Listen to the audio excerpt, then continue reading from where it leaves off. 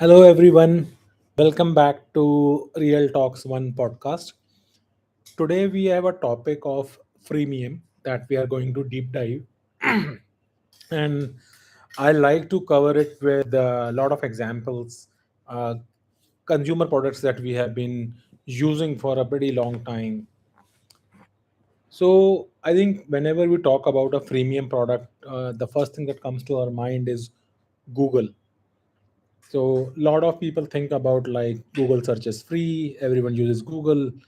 I mean, and it is one of the best products ever in the world, most scaled products.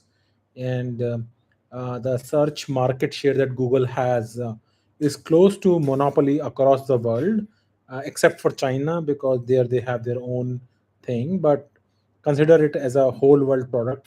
Google, I think, easily has a market share of 60 to 70% across the board, and that's a very massive share for any product to have across the world, right? And the way Google makes money is that through advertising. Like whenever you search on Google, on the right hand side the panel you see multiple search ads, and these are the ads whenever they are displayed whenever you're searching on the search result page. We call it as SERP, SERP, um, search engine results page. That's through that basically Google makes money. So if you go and click on it, Google makes even more money. If you click and actually do some kind of a transaction on the landing page, then Google makes further more money on it. So there is money made when you have impressions, right? There is a money made when you click, and there is a money made when you basically transact on the landing page.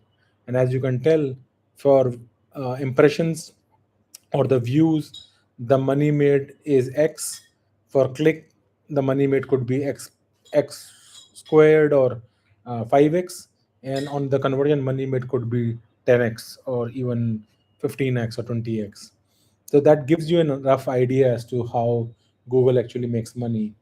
Now, many of you would think like, hey, I have never clicked on the search ad that comes in, because what Google has done right now, in addition to the search ads that you see on the right hand side, which was the traditional way Google used to monetize their search engine, now they basically plug these ads within the search results itself. So you would see more recently the first result is also kind of sponsored result. There will be couple of sponsored results between the organic search results.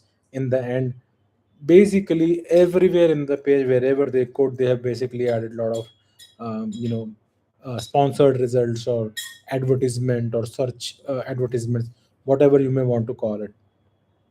Same scenario is followed by like Facebook, Instagram. Even if you go to regular like e-commerce companies, whether it is Flipkart or Meesho, Amazon, any of these companies, all of them have seen this as a like a gold mine of advertising. Even though their products are not free, they still monetize it nonetheless through advertisement. And the main beauty here is still the consumer is not the one that pays for these advertisement. It is the sellers or the uh, merchants who want to showcase their results on these search engines or these marketplaces are the ones basically they bid on that specific keyword that you are searching. So one thing to note is that in any search engine, the ads are directly correlational with the keyword that you're typing on that. Each of these marketers or each of these merchants basically bid on this specific keyword and basically go from there. So point is this, right? These things continue to keep going through on various search results, various kind of e-commerce companies and things like that. And what we need to understand is that we are the product, and why people say we are a product is that essentially um, all these ads are not only relevant to the keyword that you're typing, but also who is viewing this ads at that point of time. So your demographic, whether you're signed in or not, what are some of the activities that you have done in the past, There could be retargeting ads also based upon various other websites that you visited. So all those things play a big role in basically targeting these search results towards you. This is how this basically operates. uh, point is the following, right? These companies have grown immensely. Freemium model was never kind of understood very well by many companies, but now this has become kind of a primary model, if you see. And if you basically look at the entire kind of history over the past, I would say 2.5 decades, these companies has become one of the biggest companies in the world. So whether it is Facebook, whether it is Google, all of them have done that. Now you would see that at least for the last 2 to 3 years, I would say it's like 3.5 years or so since generative AI became the main thing and everybody started talking about it. Even like OpenAI, Perplexity, even again Google Gemini, etc., or Facebook's Llama models, etc. Again, they are free models that they are making it available for the larger good of customers like you and me, and we have started using it. And publicly, it is being announced that they are pouring in millions and hundreds of millions of dollars. And right now in 2025, as we talk about all the major hyperscalers, whether it is AWS, Azure, GCP, OpenAI, and bunch of other companies, whether it is Oracle, etc., are investing very heavily in data centers. And these data centers are primarily towards like generative AI, buying GPUs, like building custom design chips, and making these models like large language models available for the general purpose use, right?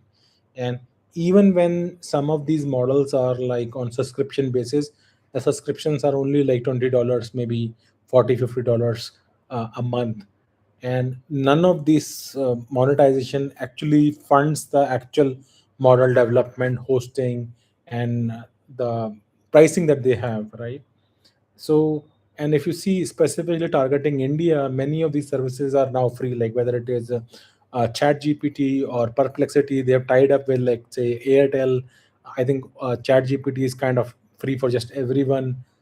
Some other models are, I think, free from Geo. They've tied up with telco providers, etc. And you would like understand that because these models are available to you for free, lot of people have been able to experiment with them, have been able to improve their productivity at various different levels of maturity. But again, products are free by themselves, right? And so far many of these companies have not basically came about with monetizing them through advertising, which I think is the next step. I've already made another video where I talked about like comparison of chat gtp with Google search, because there was a lot of confusion that search and chat gpt are kind of the same thing, they're eating the market. But that still remains not true. Both are different products, they have different experience. And as I also mentioned earlier, like even Google offers AI mode or AI based search as well. Generally the first result that you get on your normal Google search is basically generative search result. So point here is that even that is also free, and maybe there could be some subscription also aligned with it, wherein you pay $20 a month, or maybe in India they may launch it for like whatever, like 500 rupees or 400 rupees per month and things like that. But largely that will still not pay for the investment that these companies are making in across the cloud data centers, buying of like GPUs, and the R&D staff that these people have basically hired. So the question remains is like, how do these companies are going to actually make uh, I think I have a question. Let me just pick it up. Visionary Insights one. Hi sir, are you presently looking for a job? Uh, I'm not actually, as I said, I have mentioned in my past like podcasts as well that one of the reasons that I moved to India was to fire, and I made a podcast on that as well. Of course, there is a health reason as well for family and all, but then I'm passionate about technology and product in general. So if I get some kind of a like a remote opportunity which can leverage my skill sets with strategy, technology and all, I'm open to it. But I don't want to do a lot of heavy lifting and things like that. I want to chill, I want to do what like and things like that. So not typically a job, but if something remote comes in, maybe if it is good fit, I can entertain that. But I'm not looking for typically looking for like hardcore like job and things like that. I'm fine. I think I'm good where I am at. But should you have anything, send it across my end. If it is a fit, I'll definitely respond, and we can go from there.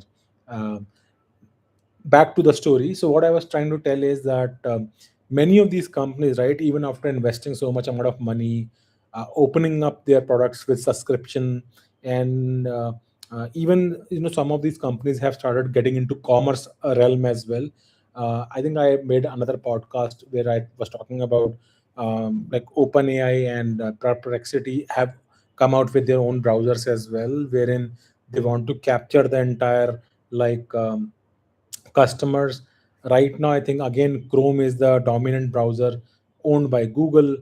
On operating systems, mobile operating system Android is again dominant, again owned by Google. Similarly, on chatting application, WhatsApp is the dominant application, again owned by Meta. Instagram again owned by Meta. So both these companies have their hands like deep into the social communication, chat, uh, browsers, operating systems and things like that, right? And they have very dominant position across the world, not just in US or just in India, which is a very formidable market, like almost like a monopolistic business. And if you remember, I did mention about this Aratai that was launched couple of months ago. Like it came into limelight. This was launched almost like I would say 4 or 5 years ago, and I did mention at that time also that none of these Aratais and other kind of Me Too products will basically topple any WhatsApp or anything like that, because it's just very difficult to do that. And now you can see the result. Like it hardly anybody talks about Aratai now again. Point is that uh, commerce is a way through which these companies can monetize, like using agents. They can basically do shopping on your behalf, and whenever you do shopping, they will take a cut from the merchant, not from you, so the product will still be free for you.